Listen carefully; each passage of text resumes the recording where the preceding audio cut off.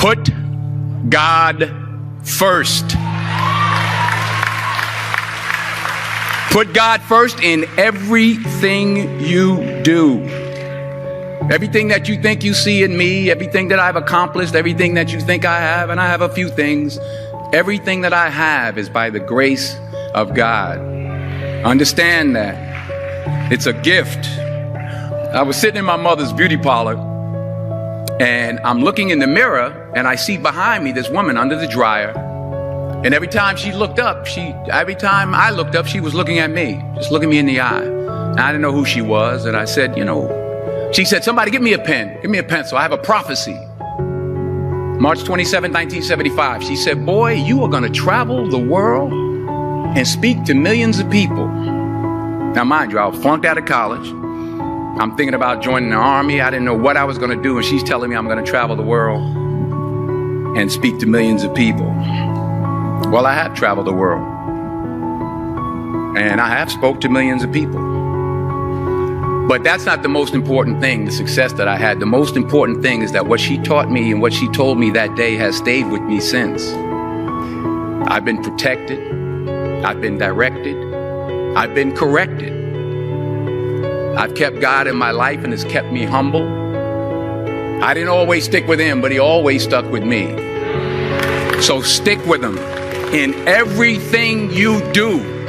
If you think you want to do what you think I've done, then do what I've done and stick with God. Number 2, fail big. That's right. Fail big.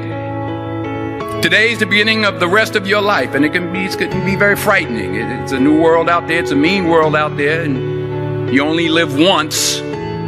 So do what you feel passionate about. Take chances. But don't be afraid to go outside the box. Don't be afraid to think outside the box. Don't be afraid to fail big, to dream big. But remember, dreams without goals are just dreams. And they ultimately fuel disappointment. So have dreams, but have goals. And understand that to achieve these goals, you must apply discipline and consistency. In order to achieve your goals, you must apply discipline, which you have already done, and consistency every day, not just on Tuesday and miss a few days. You have to work at it every day. You have to plan every day. You've heard the saying, we don't plan to fail, we fail to plan. Hard work works. Working really hard is what successful people do. Remember that. Just because you're doing a lot more doesn't mean you're getting a lot more done. Don't confuse movement with progress. My mother told me, she said, yeah, because you can run in place all the time and never get anywhere. So continue to strive, continue to have goals, continue to progress. You'll never see a U-Haul behind a hearse. I'll say it again. You'll never see a U-Haul behind a hearse. I don't care how much money you make, you can't take it with you.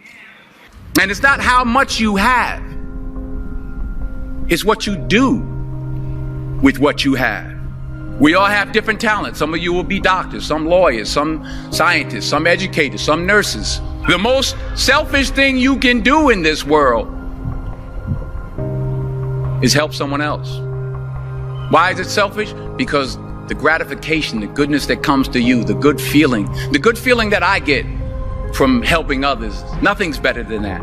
Nothing's better than that. Not jewelry, not big house I have, not the cars, but it's the joy. That's where the joy is, in helping others. That's where the success is, in helping others. Finally,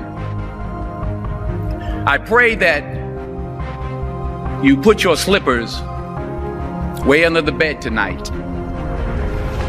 So that when you wake up in the morning, you have to get on your knees to reach them. And while you're down there, say thank you for grace. Thank you for mercy. Thank you for understanding. Thank you for wisdom. Thank you for parents.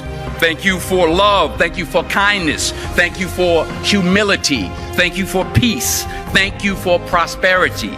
Say thank you in advance for what's already yours. That's how I live my life. That's why I am, one of the reasons why I am today. Say thank you in advance for what is already yours. True desire in the heart for anything good is God's proof to you, sent beforehand to indicate that it's yours already. I'll say it again. True desire in the heart, that itch that you have, whatever it is you want to do, that thing that you want to do to help others and to grow and to make money, that desire, that itch, that's God's proof to you, sent beforehand already to indicate that it's yours. And anything you want good, you can have. So claim it. Work hard to get it. When you get it, reach back. Pull someone else up. Each one, teach one. Don't just aspire to make a living. Aspire to make a difference.